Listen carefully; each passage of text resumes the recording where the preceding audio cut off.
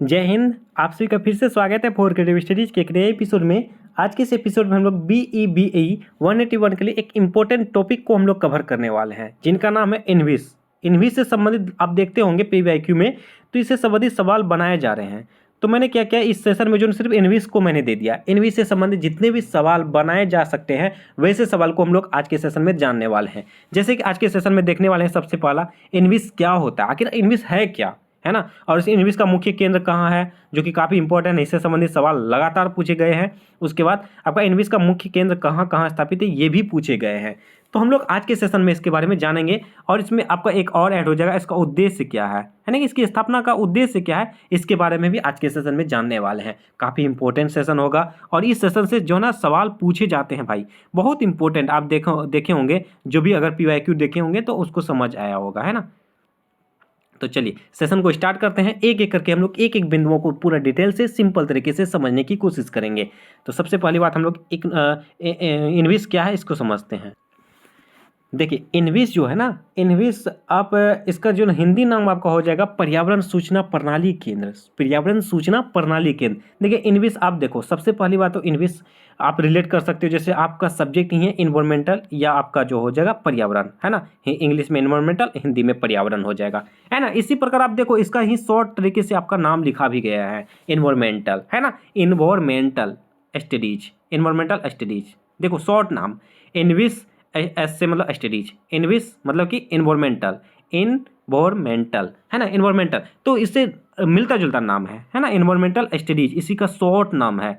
तो आपका पर्यावरण से संबंधित है, पर्यावरण सूचना प्रणाली केंद्र, इसका हिंदी नाम यही है इनविस का। ओके, ये भी हमें ध्यान रखना है। देखिए इनविस जो है ना एक प्रकार का संस्था है। ये संस्था क्या है, इस संस्था के माध्यम से आपको जो है ना मानव बस्तियों के बारे में, पर्यावरण के बारे में आपको जानकारियां देगी। इसका डाटाबेस तैयार किया जाएगा, इनके बारे में जानकारियां, जो भी मान के चलो कोई दिक्कतें हैं इनको, तो वो न्यूज मीडिया के माध्यम से, पत्रिकाओं के माध्यम से इनकी समस्याओं को उजागर किया जाएगा। इसमें नए नए मतलब कि क्षमताएं योजना को प्रकाशित करना, इस प्रकार का ये पर्यावरण से संबंधित एक प्रकार की संस्था है ना, संस्था है। तो ये पर्यावरण की सूचना को प्रणाली केंद्र है ना, कि पर्यावरण से जितने भी सूचना होगी इनको हम लोग को दिया जाएगा। तो ये प्रकार का ये जो इनविस एक प्रकार का केंद्र है, संस्था है, जिसके माध्यम से हम लोग को पर्यावरण के बारे में जानकारियाँ मिलती है। तो इतना उम्मीद करता हूँ कि आप इनविस के बारे में जान चुके होंगे। आखिर ये इनविस है क्या, इसका शॉर्ट नाम आप देखोगे इनविस मतलब कि इन्वायरमेंटल स्टडीज है। तो पर्यावरण अध्ययन है, पर्यावरण के बारे में अध्ययन करवाना इनका मुख्य केंद्र है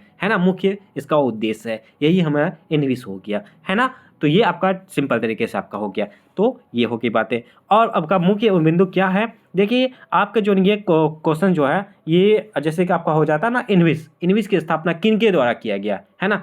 पर्यावरण अध्ययन जो है आपका, पर्यावरण विकास सूचना प्रणाली जो है, ये किन के माध्यम से तैयार किया गया है, किन मंत्रालय के द्वारा स्थापना किया गया, ये भी पूछे जा सकते हैं। ये आपका हो जाएगा पर्यावरण एवं वन मंत्रालय के द्वारा। आप इसको ध्यान रखेंगे, है ना, कभी कभी पूछ सकते हैं, है ना, पूछे जा चुके हैं तो आपको पूछे जा सकते हैं। और ये सवाल जो है ना आपको, ये सब्जेक्ट आपको फ्यूचर में भी काम देने वाले हैं। अगर आप में से कोई भी सिविल सर्विसेज के स्टूडेंट्स हैं, या आपका कोई भी जनरल कम्पिटिशन के भी हैं, तो इससे जो है ना आपको सवाल पूछे जा सकते हैं। आपका सिविल सर्विसेज में तो एनवायरमेंटल अहम भूमिका निभाती है, आपको पता होगा, जो भी करते होंगे।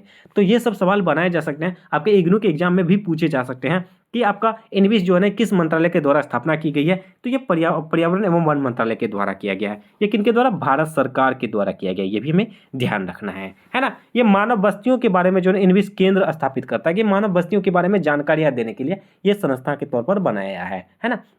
और इसको आपको सिंपल तरीके से पूछेगा इनविस की स्थापना कब हुई, तो ये 1993 ईस्वी में हुई। ये भी पूछे जा सकते हैं, इनविस की स्थापना कब हुई, 1993 ईस्वी में हुई। ठीक है, तो ये आप हमें ध्यान रखना है, बस इतना ही ध्यान रखेंगे काफ़ी आपके लिए, है ना। पर्यावरण एवं वन मंत्रालय के द्वारा इसकी स्थापना की गई, 1993 ईस्वी में स्थापना हुई, है ना। और ये इनविस क्या है, आपके जो है ना पर्यावरण से संबंधित, पर्यावरण सूचना देने वाले, पर्यावरण से संबंधित अध्ययन कराने वाले, आपको ये हो गया इनविस।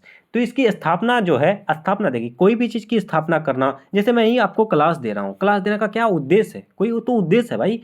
आपको क्लासेस इसलिए ये इस उद्देश्य से दिया जा रहा है कि ताकि आपको सही तरीके से गाइडलाइंस मिल जाए, आपके एग्जाम में अच्छे खासे मार्क्स आ जाए। उसी प्रकार इनविस का क्या उद्देश्य है ना, आप उद्देश्य को भी जानते हैं, हम लोग उद्देश्य को भी देखते हैं। तो चलिए अगला स्टेप उसी को देखते हैं हम लोग, है ना। यहाँ हो गए। देखिए इसका उद्देश्य क्या है, कोई भी चीज़ का उद्देश्य होती है ना, तो आप पढ़ते क्या हो, क्यों हो, उनका भी उद्देश्य है ना। तो उसी प्रकार इनविस का भी उद्देश्य है, इनको हम लोग देखते हैं। इसका पहला उद्देश्य है मानव बस्तियों से संबंधित डेटाबेस तैयार करना। मानव बस्तियों से संबंधित क्या करना, इनकी डेटाबेस को तैयार करना एक अहम उद्देश्य है इनका, है ना। ये हमें ध्यान रखना भाई। इसमें 6 पॉइंट है, आपको 6 के 6 पॉइंट का आपको ध्यान रखना होगा। आपको सवाल कैसे बनाए जा सकते हैं, जैसे कि आपको पूछ दिए जाएंगे कि निम्नलिखित में से कौन इनविस के मुख्य उद्देश्य नहीं है ना। मैं ध्यान फोर्स कर रहा हूँ नहीं पे, तो नहीं वाला पूछे जाएंगे। तो आपको ये 6 पॉइंट ध्यान रखेगा। तो 3 ऑप्शन देगा, इनमें से ही कोई एक 3। चौथा जो ना कुछ और दे देगा, सतत विकास का दे देगा, कोई और संस्था का दे देगा। तो ये सब हमें ढूंढना है ना। तो ये 6 पॉइंट आपको ध्यान रखना होगा। पहला तो हो गया मानव बस्तियों से संबंधित डेटाबेस को तैयार करना। उसके बाद आपका मानव बस्तियों के बारे में जानकारियां एकत्रित करना। उसके बाद इसका प्रसार करना भी एक अहम उद्देश्य है, ठीक है। मानव बस्तियों क्या क्या करना, इनकी जानकारी एकत्रित करना, उसके बाद इसको उसका प्रसार भी करना एक अहम भूमिकाएं हैं, अहम उद्देश्य है। उसके बाद तीसरा में आपका हो जाएगा उपयोगकर्ताओं का मानव बस्तियों के बारे में जानकारियां प्रदान करना। मानव बस्तियों के बारे में क्या करना, जानकारियां प्रदान करना। और उसके बाद मानव बस्तियों के क्षेत्र में क्षमता निर्माण और बुनियादी ढांचा को भी इसका तैयार करना इनका एक अहम उद्देश्य है। 5वां पॉइंट में आपका होगा मानव बस्तियों को पर मुद्रित और इलेक्ट्रॉनिक मीडिया में समाचार पत्र, पत्रिकाएं और अन्य सामग्री प्रकाशित करना। उसके बाद 6ठा पॉइंट में होगा इनविस से संबंधित पर्यावरण एवं वन मंत्रालय की नीतियों, कार्यक्रमों और निर्देशों को लागू करना। ये 6 पॉइंट है आपका मुख्य उद्देश्य। क्या क्या हो सकते हैं, आपको फिर से मैं रिपीट कर दे रहा हूँ आपको, ताकि क्लास में भी याद हो जाए। मानव बस्तियों से संबंधित डेटाबेस तैयार करना। उसके बाद आपका हो जाएगा मानव बस्तियों के बारे में जानकारियां एकत्रित करना और प्रसार करना। उपयोगकर्ताओं को मानव बस्तियों के बारे में जानकारियां प्रदान करना। चौथा में उसका जो है मानव बस्तियों के क्षेत्र में क्षमता निर्माण और बुनियादी ढांचा। और उसके 5वां में हो जाएगा मानव बस्तियों पर मुद्रित और इलेक्ट्रॉनिक मीडिया में समाचार पत्र, पत्रिकाएं और अन्य सामग्री प्रकाशित करना। 6ठा में आ जाएगा एनवी से संबंधित पर्यावरण एवं वन मंत्रालय की नीतियों, कार्यक्रमों और निर्देशों को लागू करना, है ना। ये आपका 6 पॉइंट है, आपका एक उद्देश्य हो गया। अब हम लोग नेक्स्ट पॉइंट में देखेंगे जो आपके प्रीवियस के क्वेश्चन में पूछे जा चुके हैं और हो सकता है उससे सवाल पूछे जाएंगे। अब उनको हम लोग देखेंगे कि आपका जो है इनविस का मुख्य केंद्र कहाँ है ना। चलिए आगे बढ़ते हैं हम लोग। अब देखिए हम लोग आगे बढ़ने से पहले मैं आपको एक जानकारियाँ दे दूं इस सब्जेक्ट के जो ना BEBAE 181 का BEBAE 181 का मैंने जो ना पूरी के पूरी क्लासेस करवा रखा है। 72 क्लासेस मैंने करवा रखा है, जिसमें आपको PYQ प्लस चैप्टर वाइज जो ना MCQ है, चैप्टर वाइज MCQ है और प्रैक्टिस सेट, मतलब इतने सारे चीज़ें आप सबको कवर करवा रखा है मैंने। 72 क्लासेस, शायद 72 या 73 है, और ये अभी जो अपलोड हो जाएगा 73 74 हो जाएगा। इससे मतलब समझ सकते हैं 73 74 सिर्फ एक सब्जेक्ट में कितनी क्लासेस मैंने करवा रखा है।